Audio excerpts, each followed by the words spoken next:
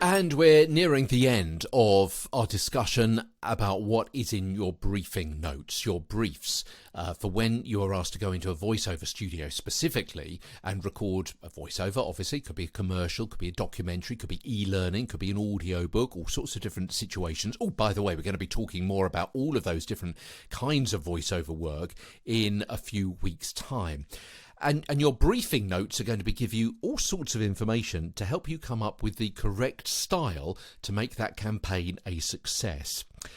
Tomorrow, we're going to be talking about what is not included in your briefing. Yeah. Today, finally, we're going to be talking about when your voice is mixed with music.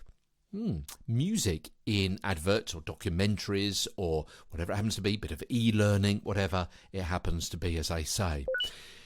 Let's first of all talk about music and rough cuts.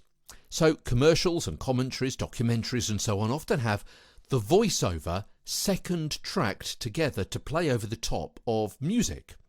The choice of music for a documentary, commercial or whatever is really important. It sets the emotional attitude of the whole piece.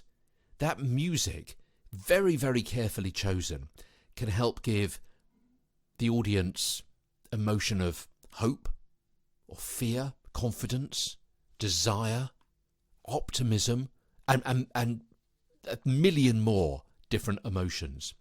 So as a reader, it's really useful for you to know what that music is, what it's going to be, because it helps you, again, develop the appropriate style so it's not too jarring. You need to know that music. You can listen to it in advance. Sometimes what they'll let you do is to record it with the music underneath you, but they're only recording your voice. Yeah, and they'll mix it in post-production, but you can hear it in your headphones while you're recording. Because as I say, if you hear that music, you know what it is that your voice is going to be merged with, what it's going to be mixed with, then you can adapt your style, your attitude, your pace to fit with the tone of that music. And also you can help the editor by hitting certain musical posts if that is actually what's needed.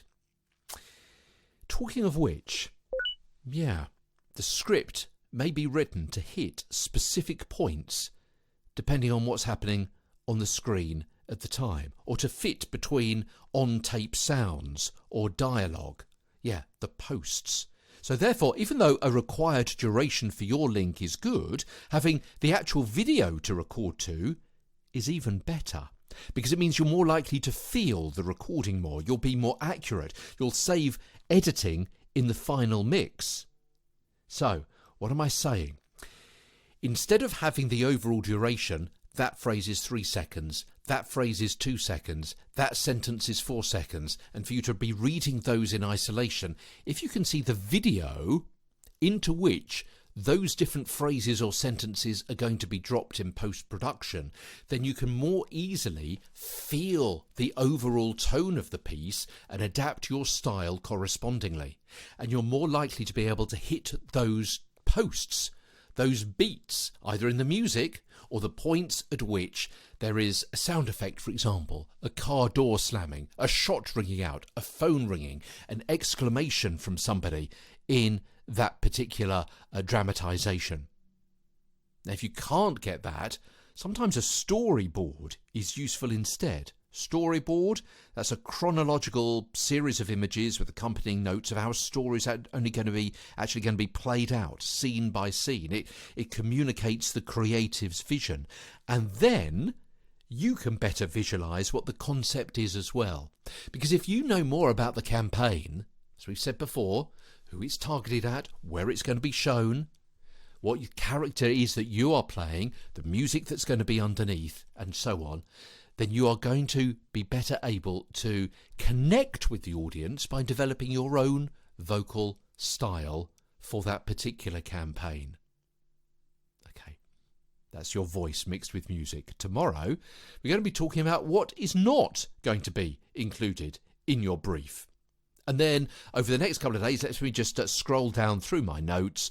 We're going to be talking about, We've got a whole series which is all about what is going to happen in your voice recording session. So really, this is mainly for voiceover people. But I'm sure if you work in broadcasts or podcasts, it's going to be of benefit to you as well, because there's all sorts of hints and tips on directing a studio voice, how to give direction, how to take direction, how to give self-direction as well, over the next few weeks on Get a Better Broadcast Podcast and Voiceover Voice. From London, I'm Peter Stewart.